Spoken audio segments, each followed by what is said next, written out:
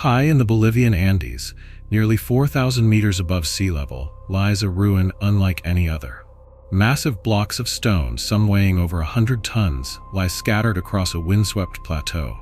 Their edges are sharp, their surfaces flat, their cuts impossibly precise. This is Puma Punku, the door of the Puma. For centuries, travelers, scholars, and engineers have stood in awe before these ruins. How were these blocks transported across rugged mountains without wheels, cranes, or beasts of burden? How were they carved so cleanly, drilled so perfectly, at a time when iron tools were unknown in the Andes? The legends speak of gods descending from the sky, building temples in a single night. The stones themselves whisper of knowledge lost, a chapter of history erased. Tonight, we journey into Puma Punku, a place where myth and science collide, where the impossible seems carved in stone, and where the past may be far stranger than we dare to imagine.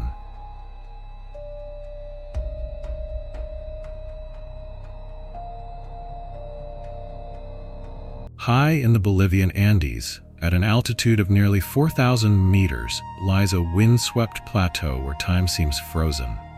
Here, scattered across the barren landscape, rest the shattered remains of a temple complex unlike any other in the ancient world. This is Puma Punku, the door of the Puma. Today, it is little more than a field of massive stone blocks, collapsed walls, and fragments of an impossible architecture. Yet behind these ruins hides a story that has puzzled explorers for centuries. The first written accounts of Puma Punku come from the 16th century, when Spanish chroniclers marched through the highlands after the fall of the Inca Empire. Used to seeing stonework of the Incas, impressive in its own right, they were stunned when they came upon Tiwanaku and the nearby ruins of Puma Punku. The Spanish could scarcely believe their eyes. Immense sandstone and diorite blocks, some as large as a modern truck, carved with a precision they thought impossible for Indians without iron tools. One chronicler wrote that the stones seemed to have been cut with tools of iron or magic. Local indigenous traditions only deepened the mystery. The Aymara people spoke of gods descending from the heavens, beings of immense power who built Puma Punku in a single night. Others claimed the stones were moved into place by giants, their strength beyond human capacity. To the Spaniards, it seemed as though they had stumbled into the remains of a civilization touched by something divine. As centuries passed, Puma Punku became a destination for explorers, historians, and eventually archaeologists. Each visitor was met with the same bewilderment. How had these colossal blocks been moved across the rugged landscape? Some of the stones weighed over 100 tons, quarried miles away from the site. How could a culture without the wheel, without pack animals strong enough for the task, possibly transport such giants? Even more astonishing was the craftsmanship. The blocks of Puma Punku were not left rough like the megaliths of Stonehenge or the great trilithons of Baalbek. Instead, they were cut into precise geometric forms, straight lines, perfect 90-degree angles, sharp edges that remain crisp even after more than 1,000 years of weathering. Some blocks bore intricate H shapes, designed to interlock with other stones like giant puzzle pieces. These were not random boulders stacked together. They were components of a system, engineered to fit seamlessly, without mortar, without cement, and without error. The scale and sophistication immediately set Puma Punku apart, even from its neighbor, the great city of Tiwanaku. Tiwanaku's temples and gateways reflected impressive skill, yes, but Puma Punku seemed to belong to another category entirely. If Tiwanaku was a capital city, Puma Punku was a monument beyond time, a complex that defied the limits of the known world. For early visitors, the ruins carried an aura of the supernatural. To stand among the fallen stones was to feel the weight of a forgotten power. They imagined rituals held under starlit skies, priests chanting among the massive blocks, fires burning in the thin Andean air. But what kind of knowledge, what kind of technology had enabled this? By the 19th and early 20th centuries, with the rise of scientific archaeology, researchers began measuring the site, cataloging its fragments, and attempting to reconstruct its layout. Yet the closer they looked, the stranger it became. The stones of Puma Punku did not simply rest on one another. Some were carved with precision-cut grooves and slots, suggesting a system of joints and clamps, an engineering sophistication not expected of the ancient Andes. Even today, engineers run their fingers along these grooves and marvel. The cuts are so straight, so clean, they resemble machine work. But Puma Punku predates any known use of advanced metal tools in the region. The discovery of Puma Punku is not a single event. It is a rediscovery that happens again and again, each time a new generation of eyes meets the stones and asks the same question: who and how? The Spanish in the 1500s, the explorers of the 1800s, the archaeologists of the 1900s, and the tourists and researchers of today all confront the same paradox. These ruins should not exist. And yet here they are, standing silent in the thin air of the Andes, daring us to solve their mystery. And so Chapter 1 leaves us where all journeys into Puma Punku begin, at the threshold of the impossible. A doorway of the Puma, yes, but perhaps also a doorway into a past far stranger and far more advanced than we ever imagined.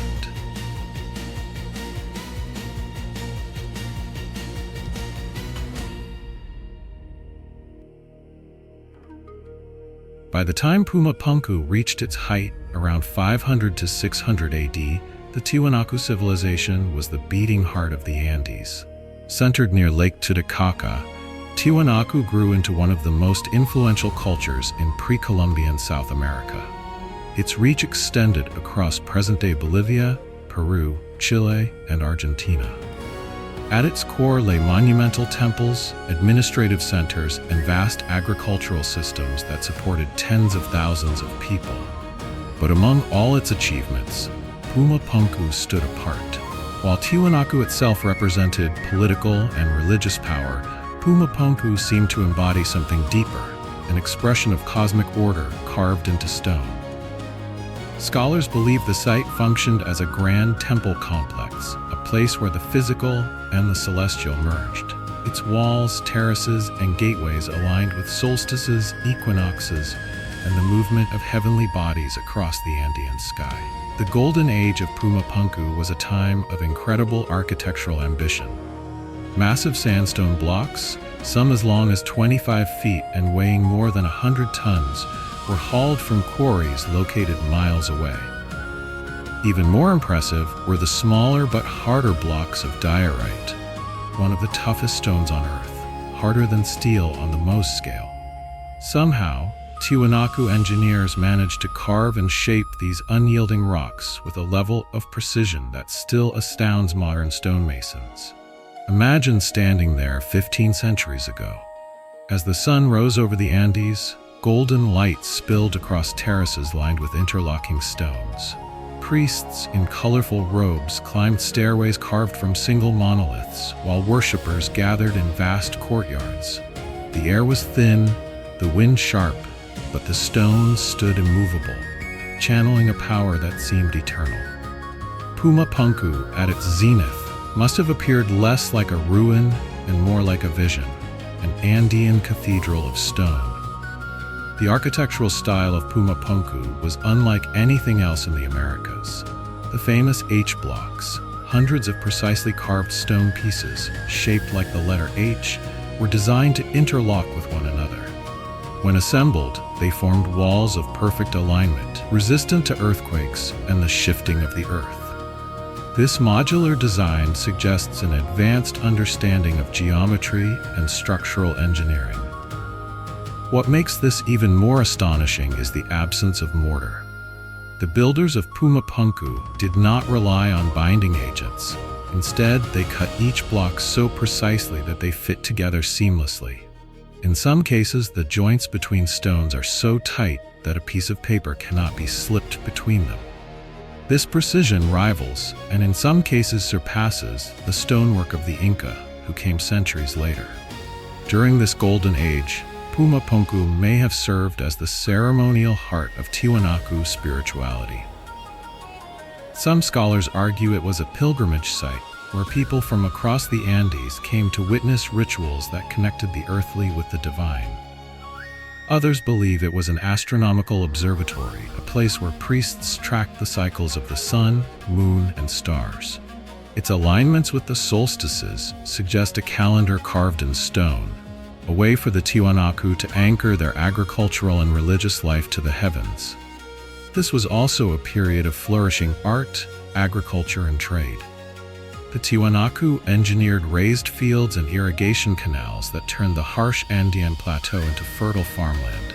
They traded goods across vast distances, from the Pacific coast to the Amazon basin. And yet, no matter how far their influence stretched, Puma Punku remained their crown jewel. It was more than architecture. It was a statement, a declaration that the Tiwanaku were masters of both earth and sky. To grasp the full grandeur of Puma Punku during its prime, one must set aside the broken ruins of today and reconstruct the past. Envision gateways standing upright, walls stretching in symmetrical lines, courtyards alive with the sounds of drums, chants, and conch shells. Torches flickered against polished stone surfaces, their light reflecting off grooves carved with mathematical precision. This was not a crude gathering of stones. This was intentional design, executed with confidence and skill that seemed to defy the limits of the age. The golden age of Puma Punku forces us to rethink our assumptions about ancient Andean engineering. Without iron, without the wheel, without beasts of burden capable of moving such colossal blocks, the Tiwanaku still accomplished what modern cranes and diamond-tipped tools would struggle to replicate. For a brief shining moment, they created a monument that captured the cosmos in stone. And yet, even at its height, Puma Punku carried within it the seeds of mystery. For as grand as it was, the methods behind its construction remain uncertain. How were the diorite blocks shaped with such precision? How were the 100-ton stones transported across miles of rugged terrain? The Golden Age gives us vision and beauty, but also questions that refuse to fade.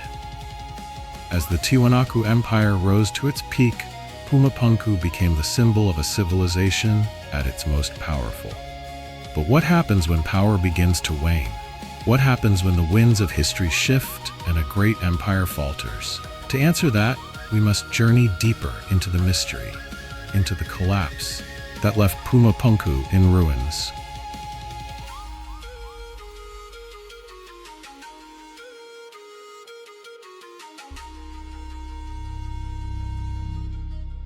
Even as archaeologists reconstructed the grandeur of Puma Punku, the site's deepest secrets refused to yield. For every block measured, every stone catalogued, new questions emerged. Questions that continue to haunt historians and engineers alike. The most striking mystery lies in the precision of the stonework. Modern stonemasons working with diamond-tipped tools marvel at the sharpness of the cuts. Edges remain crisp despite more than 1,000 years of exposure to wind and rain. Corners are perfectly squared, lines run straight without wavering, and surfaces are flat to an astonishing degree. Some researchers describe the finish as machined, as though these blocks were shaped in a factory rather than by hand. The famous H-shaped blocks exemplify this enigma. Each block appears identical, their dimensions standardized with remarkable consistency. When aligned, the blocks interlock like parts from a giant construction set. In some cases, tiny notches and grooves suggest the use of clamps or fittings, a technique far ahead of what we expect from the Tiwanaku era. This modular design echoes modern prefabricated architecture, but executed in solid stone, with no record of the tools or techniques that could achieve it. Then there's the problem of the material itself. Much of Puma Punku was built with sandstone, which, though heavy, is workable with simple tools. But scattered throughout the site are blocks of diorite and andesite, stones so hard that they rival granite. On the Mohs scale, diorite ranks around 7, harder than steel.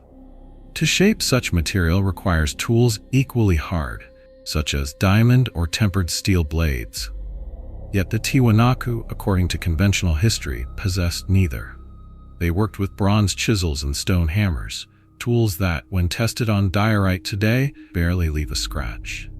How then were the smooth cuts and perfect drill holes of Puma Punku created? Ah yes, the drill holes. Along certain blocks, circular depressions and straight channels appear, as if bored by some kind of rotary tool. The holes are uniform in depth and diameter, too regular to be the result of simple pounding or chiseling. Engineers who study these features often compare them to modern core drilling. Yet no evidence of such technology has ever been found among the Tiwanaku. Were these holes ceremonial, symbolic, or functional? No one can say for certain. The transportation of the stones presents another unsolved puzzle. The sandstone was quarried roughly 10 kilometers away, a difficult but perhaps achievable distance. But the diorite was sourced from across Lake Titicaca, more than 60 kilometers from the site. Imagine hauling 100-ton blocks across water and rugged terrain at high altitude without wheels, cranes, or draft animals strong enough for the task. The logistics alone seem staggering. Even more confounding is the question of alignment. Studies suggest that Puma Punku's gateways and courtyards were designed with astronomical precision, aligned with solstices and cardinal directions.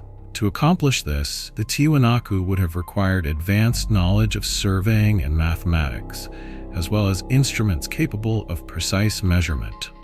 Could they have achieved this solely through observation of the skies? Or did they possess tools we have not yet discovered? Some scholars argue that we underestimate ancient ingenuity. Given enough time, patience, and labor, perhaps such feats were possible. But others counter that the precision of Puma Punku exceeds even what can be achieved with hand tools, regardless of time invested. The tolerances are simply too fine, the uniformity too perfect. Adding to the mystery are local legends, which continue to echo through the Andes. The Aymara people insist that Puma Punku was built by the gods themselves in a single night. To them, the site is not just ancient, it is sacred, a place where human and divine worlds once touched. While archaeology seeks practical explanations, these myths remind us of the awe Puma Punku inspires, even among those who have lived in its shadow for generations. What is undeniable is that Puma Punku challenges the timeline of human achievement. If the Tiwanaku truly built it with the tools historians claim, then we must radically rethink what is possible with primitive technology. If they did not, then we are left with an even greater mystery. Who did? The ruins do not answer. The stones remain silent, their secrets locked within their flawless geometry.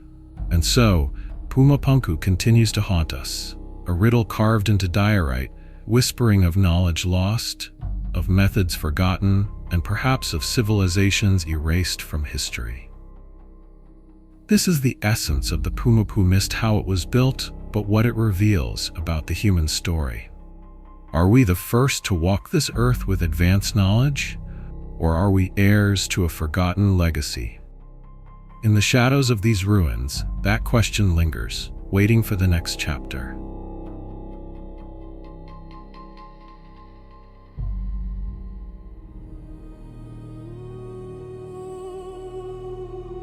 For centuries, Puma Punku has remained a riddle in stone.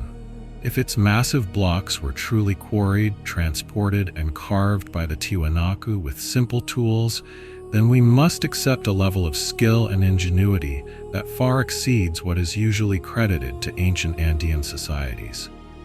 But not everyone is satisfied with that explanation. Puma Punku has become a battleground of competing theories, each offering a different lens through which to view the impossible. Mainstream archaeology insists that the Tiwanaku were responsible. According to this view, the blocks were carved with hammerstones and shaped over long periods of time. Sand and water may have been used as abrasives to polish surfaces. Grooves and holes, they argue, could be explained as functional cuts for joining stones together with metal clamps, evidence of which has been found elsewhere in the Andes. Transportation, though daunting, might have been accomplished with ramps, sledges, ropes, and sheer manpower. To those who support this theory, Puma Punku is a testament to human determination. What seems impossible is merely the result of persistence, organization, and time. But other scholars, engineers, and alternative theorists are not convinced. They point to the uncanny precision of the cuts, the modular design of the H-blocks, and the uniformity of drill holes as signs of advanced technology. To them, Puma Punku suggests the work of a civilization far more sophisticated than the Tiwanaku, perhaps one lost to history. According to this theory, the Tiwanaku may have inherited the ruins rather than built them, incorporating the site into their own culture much later. In this view, Puma Punku stands as evidence of a forgotten chapter of human history, erased from memory but preserved in stone. Still others take the speculation further. Writers of ancient astronaut theories argue that Puma Punku bears the signature of extraterrestrial influence. The precision cuts, they claim, mirror techniques of modern machine tools. The interlocking design of the stones, resistant to earthquakes, reflects engineering knowledge beyond what the Tiwanaku could have known. Some even suggest that the site was a kind of launch platform or docking station for gods who descended from the skies, echoing the Aymara legends that tell of divine beings constructing Puma Punku in a single night. To skeptics, this sounds like fantasy, but to believers, it offers an explanation for what mainstream archaeology cannot answer. There are also hybrid theories that walk the line between skepticism and wonder. Some propose that the Tiwanaku did build Puma Punku, but with techniques now forgotten. They may have developed advanced stone softening methods using plant-based chemicals, a theory rooted in the possibility that certain Andean plants contain acids capable of weakening rock. Others suggest they mastered an early form of geopolymer concrete, casting blocks in place rather than carving them. While evidence remains scarce, these theories highlight the possibility that human innovation may take forms we no longer recognize. Astronomical alignments add another layer of debate. Puma Punku's gateways and walls are aligned with solstices and cardinal points, suggesting a deep knowledge of celestial cycles. Was this the result of centuries of careful observation, or did the Tiwanaku possess instruments that have since been lost? To some, the alignments are proof of a sophisticated understanding of astronomy. To others, they hint at teachings handed down from an even earlier culture, one whose wisdom guided the construction of Puma Punku. At the heart of these competing theories lies a simple truth. Puma Punku defies easy explanation. Each theory, whether orthodox or radical, must contend with the same evidence: the precision cuts, the massive stones, the impossibility of the logistics. And each theory leaves something unanswered. The archaeologists struggle to explain the fine tolerances. The alternative historians cannot prove the existence of lost civilizations. The ancient astronaut believers cannot provide tangible evidence of extraterrestrial tools. And so, Puma Punku remains suspended between worlds, between the known and the unknown, science and speculation, history and myth. Perhaps the answer lies not in choosing one theory over another, but in accepting that Puma Punku challenges the limits of our imagination. It reminds us that the past is not a closed book, but a puzzle still waiting to be solved. What we know is astonishing. What we do not know may be even more so. And as long as Puma Punku's stones remain standing in the thin air of the Andes, they will continue to spark debate, controversy, and wonder, forcing us to ask whether the impossible is truly beyond human reach, or whether it has simply been forgotten.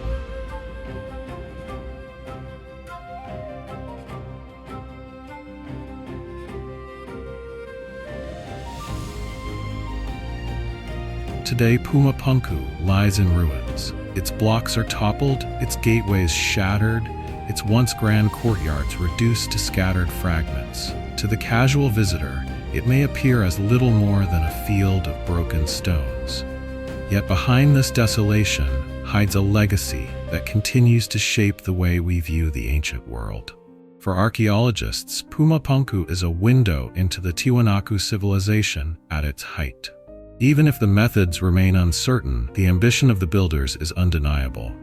The sheer scale of the complex demonstrates a society with extraordinary organizational power, capable of mobilizing thousands of workers to quarry, transport, and assemble immense stones at high altitude. It reflects not only engineering knowledge but also a cultural vision, a desire to anchor their beliefs, their politics, and their cosmos in enduring stone. The legacy of Puma Punku also lies in its mystery. Every unanswered question invites fresh inquiry, new debate, and deeper curiosity. Engineers study the precision cuts as case studies in ancient craftsmanship. Historians weigh the evidence of Tiwanaku's rise and collapse. And for the people of the Andes, Puma Punku remains part of a living tradition, a sacred landscape infused with myth. In this way, the site continues to inspire both science and spirit. Its impact extends beyond the Andes. Around the world, Puma Punku has become a symbol of impossible ancient engineering, often cited alongside the Great Pyramids of Giza, Stonehenge, and Baalbek.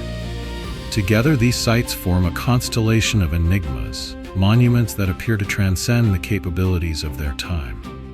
For some, Puma Punku proves that human societies are far more ingenious than we give them credit for. For others, it suggests that history is incomplete, that lost civilizations or forgotten technologies once shaped our world. In popular culture, Puma Punku has achieved near-mythic status. Documentaries, books, and television shows present it as one of Earth's great unsolved mysteries. It features prominently in debates about ancient astronauts, lost knowledge, and alternative histories. While mainstream scholars may resist such interpretations, the fascination itself is part of Puma Punku's legacy. It captures the imagination, fuels storytelling, and keeps the mystery alive in collective memory. Yet beyond speculation, Puma Punku also offers practical lessons.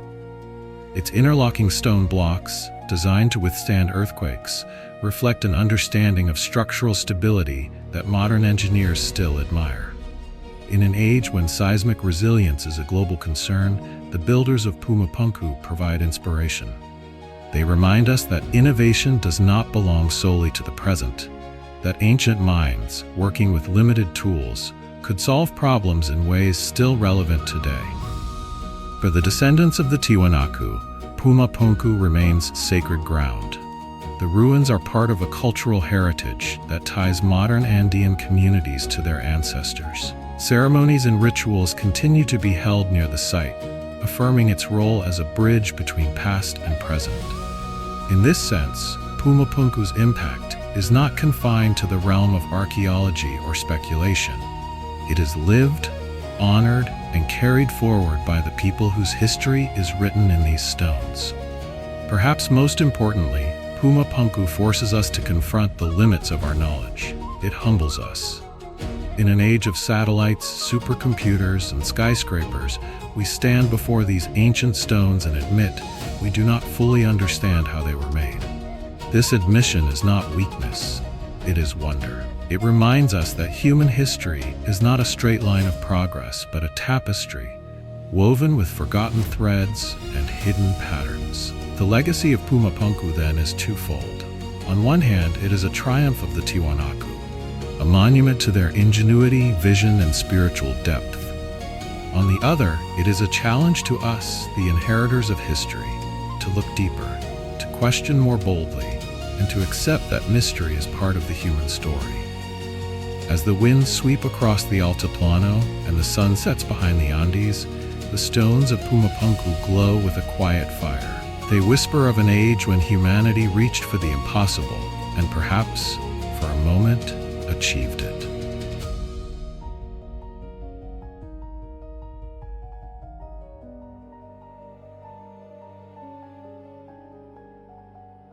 In the silence of the Altiplano, the ruins of Puma Punku rest beneath an endless sky.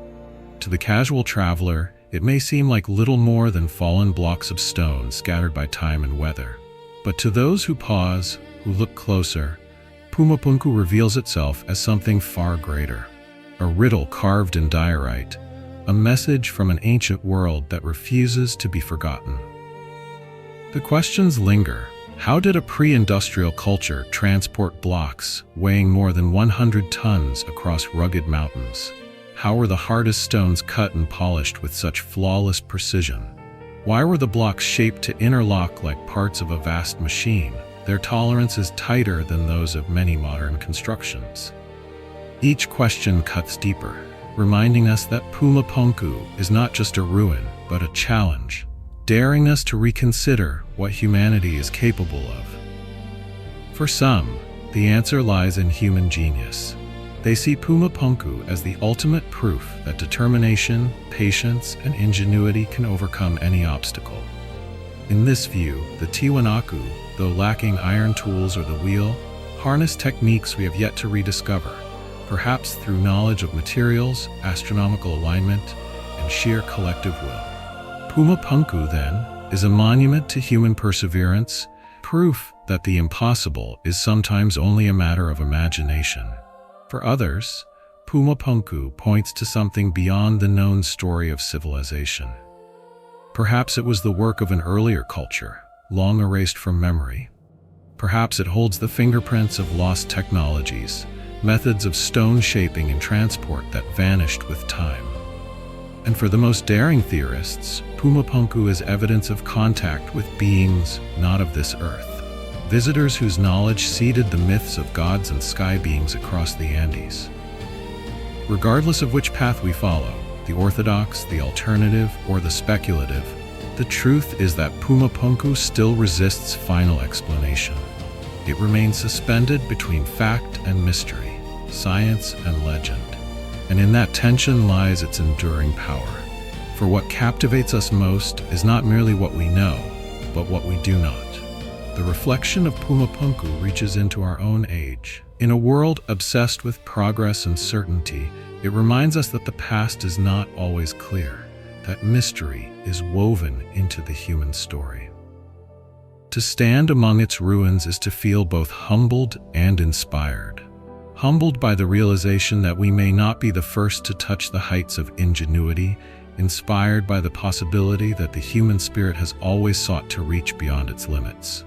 In the end, Puma Punku is not just about stones, it is about vision. It is about a people, whether Tiwanaku or another, now lost, who dared to shape the unshapable, to move the immovable, to dream in dimensions larger than themselves.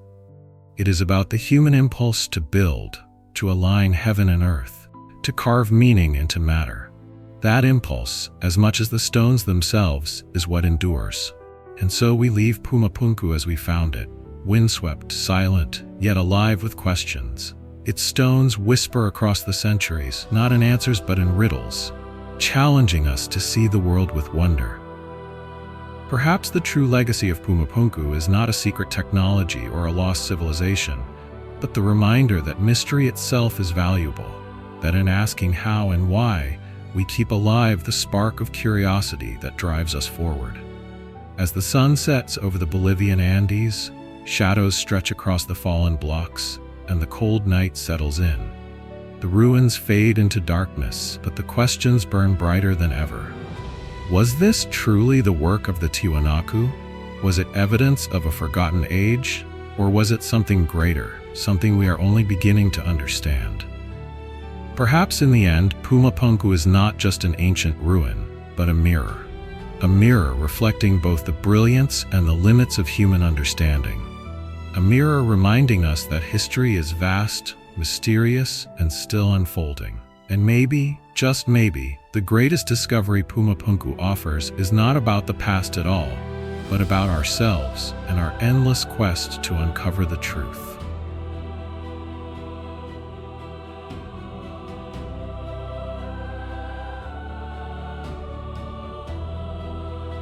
Puma Punku remains silent, its secrets locked within stone.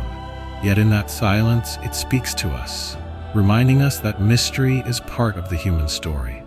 Whether crafted by the Tiwanaku with ingenuity beyond our understanding or by hands from a forgotten age, its ruins stand as proof that the past is never simple. As the sun sets over the Andes, shadows stretch across the fallen blocks. The questions remain: who built Puma Punku, how, and why? If you've enjoyed this journey into ancient enigmas, join us again. Subscribe to Arcane Atlas Legends and continue exploring the secrets of lost civilizations. For the story of humanity is not finished. It is only just beginning.